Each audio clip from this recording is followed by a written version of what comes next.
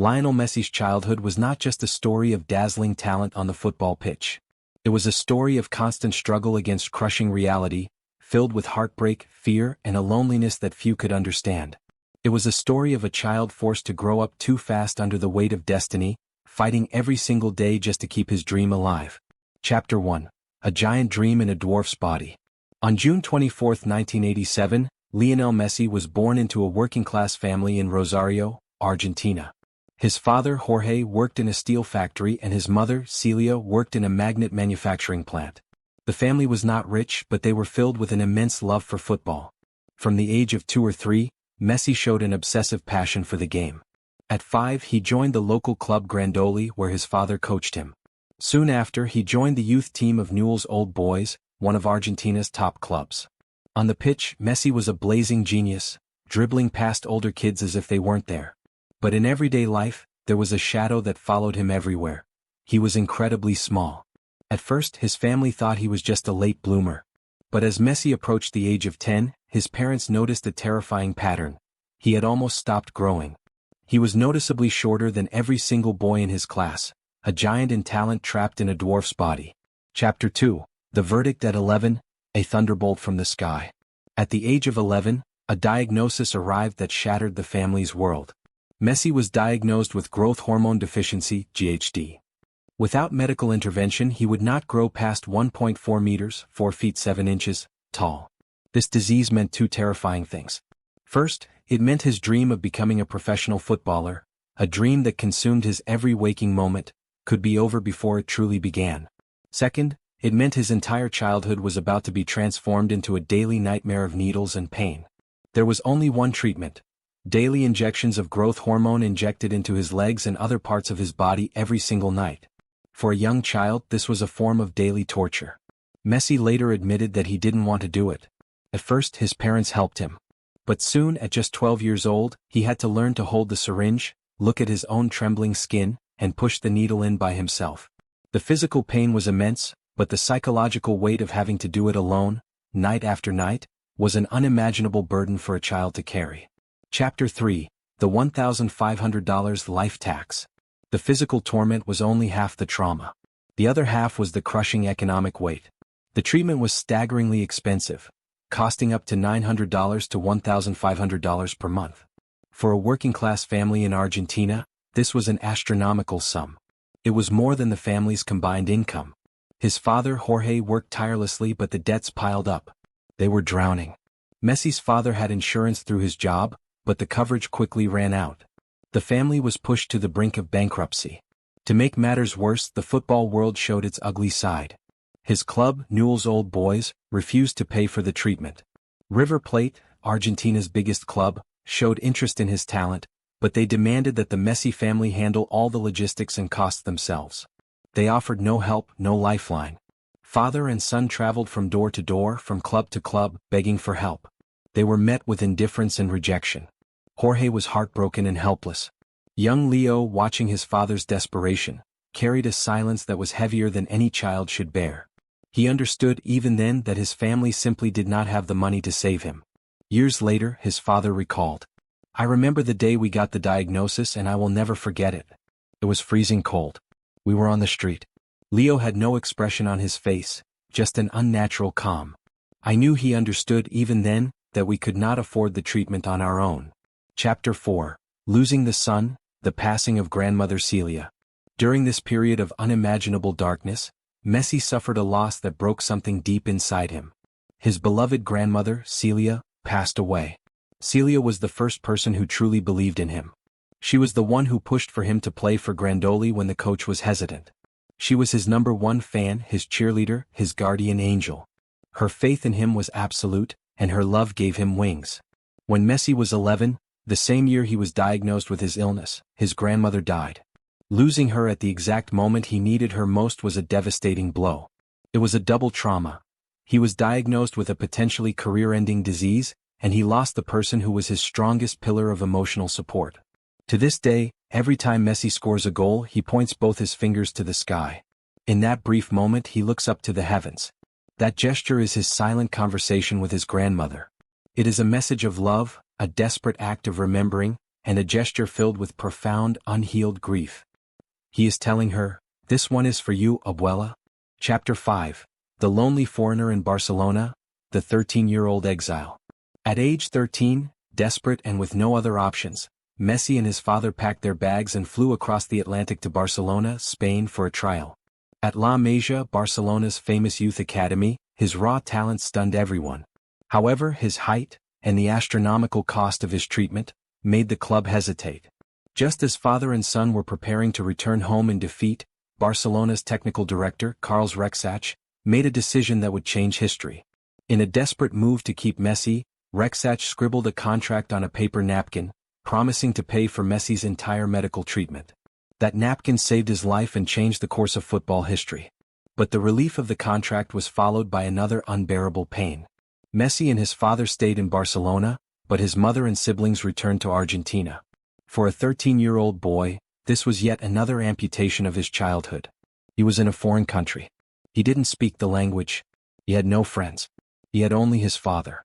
Journalist Guillem Balag, in his biography of Messi, revealed a heartbreaking truth about those early days in Barcelona. Messi would often cry on the weekends. He would lock himself in his room, hide his face under a pillow, and weep silently. He wasn't crying because of the needles or the pressure. He was crying because he missed his mother. He missed his brothers and sisters. He was just a lonely, terrified child who desperately wanted to go home. The boy who was a god on the pitch was, in those quiet moments, just a heartbroken little boy, smothering his sobs so his father wouldn't hear him. Conclusion: the scars that made a legend. This is the untold trauma of Lionel Messi's childhood. It is a story of a body that betrayed him, an economy that crushed his family, a football world that rejected him, the death of his guardian angel, and a loneliness that followed him to a foreign continent. Messi's story is so moving not just because he became the greatest footballer of all time, but because he dragged himself out of the depths of hell to do it. He didn't just face his rivals. He faced death, poverty, and abandonment, and he won. He once said, "I trained day and night 17 years and 114 days, to become an overnight success." Every needle he endured, every tear he hid under his pillow, every silent prayer he sent to his grandmother in the sky, it all shaped the man who would lift the World Cup and inspire billions. He is not just a footballer. He is a survivor. And his childhood trauma is the foundation upon which his legendary spirit was built. On the football pitch, Lionel Messi is the king worshipped by millions. But in his personal life, he has spent his entire lifetime loving just one person, Antonella Rocuzzo. This love story, which began when he was just 5 years old, has spanned over 30 years and continues to this day. Chapter 1. First glimpse, the girl who made the flea stop in his tracks. There are two versions of how Messi and Antonella first met. One says they met when they were both 5 years old. Another, more widely told version, places their meeting in 1996. That year, 9-year-old Messi was just an ordinary boy from Rosario, Argentina, spending his days playing football with friends. At Newell's Old Boys Youth Camp, he became friends with a boy named Lucas Scalia. Lucas was Antonella's cousin. One day, Messi went to Lucas's house and met his cousin Antonella for the first time. In that moment, the boy who would later conquer the football world felt frozen. He asked Lucas, "Who is she?" That was the first time he saw her. He was 9 years old. She was 8. Chapter 2. The Love Letter at 12. One day we will be boyfriend and girlfriend. Among their circle of friends, Messi was nicknamed the Flea, and Antonella was called the Black One. Though shy and introverted, Messi's feelings for Antonella were unusually strong. From that young age, he had already decided in his little heart that the girl he called Anton would one day be his bride. At 12 years old, Messi did something extraordinary. He put down the football that was always glued to his left foot, even at home, sat at his desk and wrote a love letter. At the end of that letter, he made the most sincere promise: "One day we will be boyfriend and girlfriend." However, girls' hearts are harder to read. Antonella didn't immediately return his feelings. She was only willing to be friends with him. The boy fell in love first, and the boy had to work hard to win her over. That was how their story began. Chapter 3. Separation, from Rosario to Barcelona. In 2000, fate pulled them apart. Messi moved with his father to Barcelona, joining La Masia, the famous youth academy of FC Barcelona. Antonella stayed in Argentina, continuing her studies like any ordinary middle-class girl. Across thousands of miles, their childhood connection gradually faded. Antonella dated a neighbor for 3 years, but that relationship eventually ended. Yet fate seemed unwilling to let their story finish there. Chapter 4. Reunion, a tragedy that brought them back together. In 2005, a tragedy changed the course of their lives. Antonella's very close best friend died in a tragic traffic accident. She was devastated, unable to attend school for days. At the time, 18-year-old Messi happened to be in Argentina on holiday. When he heard the news, he immediately flew back to Antonella's side, comforting her through her darkest days. During that time, the two rekindled the feelings they had shared as children. Their friends joked behind their backs. At least her ex-boyfriend can take comfort in knowing she didn't leave him for just anyone. She left him for Messi. In July 2007, Antonella's friends noticed her using a BlackBerry phone gifted by Messi while celebrating Friendship Day. Without revealing more details, they all understood. The two had started dating again. That year Messi was 20 years old. Antonella was 19. Chapter 5. Going Public, a confession that shocked the world. In January 2009, during an interview with Catalan television, Messi was asked a direct question. The 21-year-old Barcelona star shyly replied, "Yes, I have a girlfriend. She is in Argentina." With those words, hearts of countless admirers shattered, and the paparazzi were caught off guard. It was the first time Antonella was officially brought into the public eye. In March of that same year, Argentine magazine Gente published a cover photo of the couple walking together on the streets of Barcelona, making their relationship public. In 2010, Antonella completed her studies at the National University of Rosario and officially moved to Barcelona to live with Messi. The home of the Ballon d'Or winner finally had a mistress. Chapter 6. Family, from lovers to parents. In June 2012, during a World Cup qualifying match, Messi scored a goal and then stuffed the ball under his shirt, mimicking a pregnant woman. He was telling the world, Antonella was pregnant. On November 2, 2012, their first son, Thiago, was born. Messi announced the happy news on his Facebook page. It wasn't just about carrying on a great family name, it meant that this beautiful love story had finally borne fruit. Messi later reflected, "Thanks to Thiago, he changed me as a person." On September 11, 2015, their second son, Mateo, was born. Chapter 7. The Proposal, a natural next step. After having 2 children, Messi knew it was time to make their relationship official. In a podcast interview, Messi shared rare details about his proposal. It happened at a hotel in Barcelona, during a quiet evening together. He proposed to her. He recalled that it wasn't a sudden decision. "We had already been together for many years and already had Thiago and Mateo. We went out to dinner and stayed at a hotel in Barcelona. That's where I proposed. But it was more like something that was already known. It was just a matter of following through. It was just done in a romantic way. It wasn't like a sudden, oh, let's get married moment." Chapter 8. The Wedding, a promise in their hometown. On June 30, 2017, on the eve of Messi's 30th birthday, the couple held a grand wedding in their shared hometown of Rosario, Argentina. The media called it the wedding of the century. Football's elite gathered to celebrate. But for Messi and Antonella, it was more like a private, intimate ceremony that brought them back to where it all began. The wedding took place in the place where everything started. On March 2018, their third son, Ciro, was born. Their family of 5 was now complete. Epilogue, a lifetime of loving just one person. Messi and Antonella's love story spans over 30 years. From the streets of Rosario to the stadiums of Barcelona, from the pain of long-distance relationships to the warmth of family, they have always held each other's hands. In the world of football, Messi has won every honor imaginable: the World Cup, the Copa America, the Champions League, multiple Ballon d'Or awards. But when asked what brings him the most happiness after all his success, his answer was simple. "The truth is, I have everything. I have 3 children and an amazing wife. I get to do what I love every single day." Antonella is Messi's guarantee of 0 scandals. In a world full of temptations, he has always loved only one person, the girl who made him freeze at 9 years old. People often wonder, what kind of woman could capture Messi's heart for a lifetime? Perhaps the answer is simple. She watched him go from having nothing to having everything. She never left when things were hardest. She stayed by his side when he was at his peak. And that, in itself, is the greatest love story. She is my everything. Lionel Messi. Chapter 1. The boy who had to prove himself. From the very beginning, Lionel Messi's career was defined by defying expectations.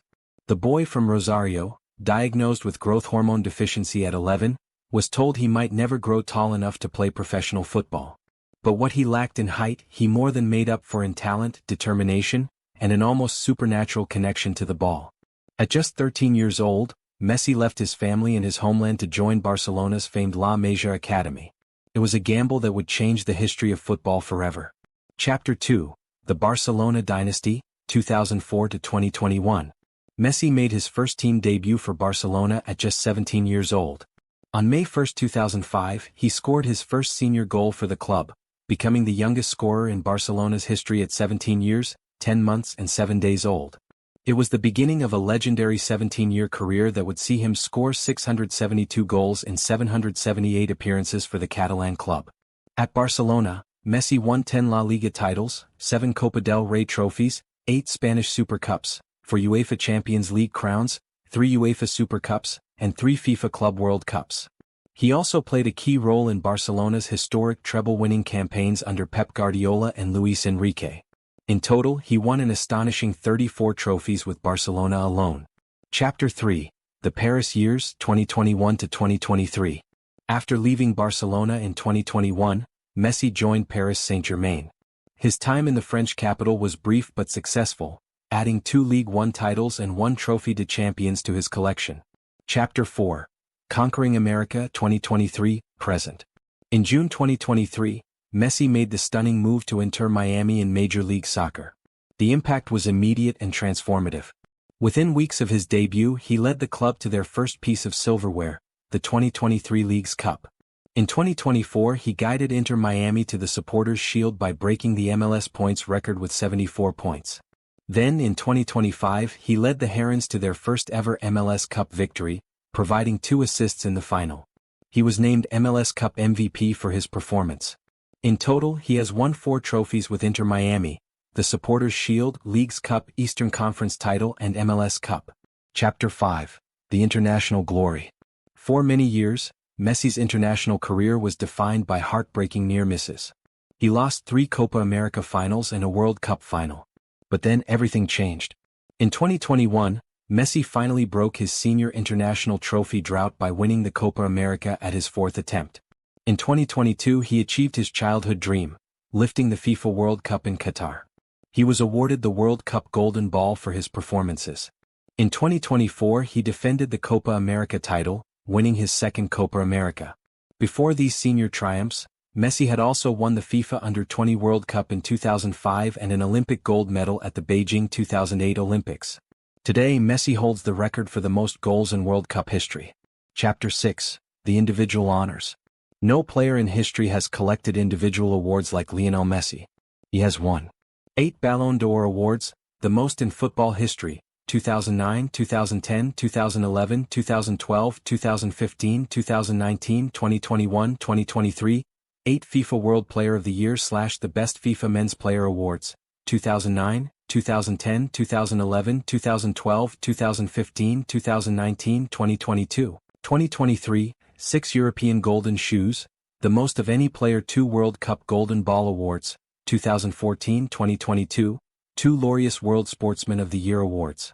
He holds the record for the most goals in La Liga history, 474 goals, and the most assists in La Liga, 192 assists. He also holds the Guinness World Record for the most official goals in a calendar year, 91 goals in 2012. He is the player with the most official recorded assists in football history.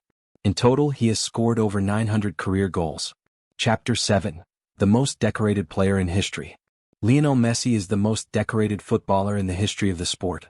He has won 47 trophies in his career, more than 2 trophies per season over his 21-year senior career. His trophy cabinet includes 16 different competitions, a testament to his remarkable versatility and longevity at the highest level of the sport. Epilogue, The Legacy. Messi's achievements are not just numbers. They represent the story of a boy who refused to give up, who overcame illness and rejection, who left his home at 13 to chase a dream, and who became the greatest player the world has ever seen. He has won everything there is to win: the World Cup, the Copa America, the Champions League, league titles in 3 different countries, and a record 8 Ballon d'Or awards. But perhaps his greatest achievement is the joy he has brought to billions of fans around the world. As he once said, "I trained day and night, 17 years and 114 days, to become an overnight success." Lionel Messi's story is proof that with talent, hard work, and an unshakable belief in yourself, anything is possible.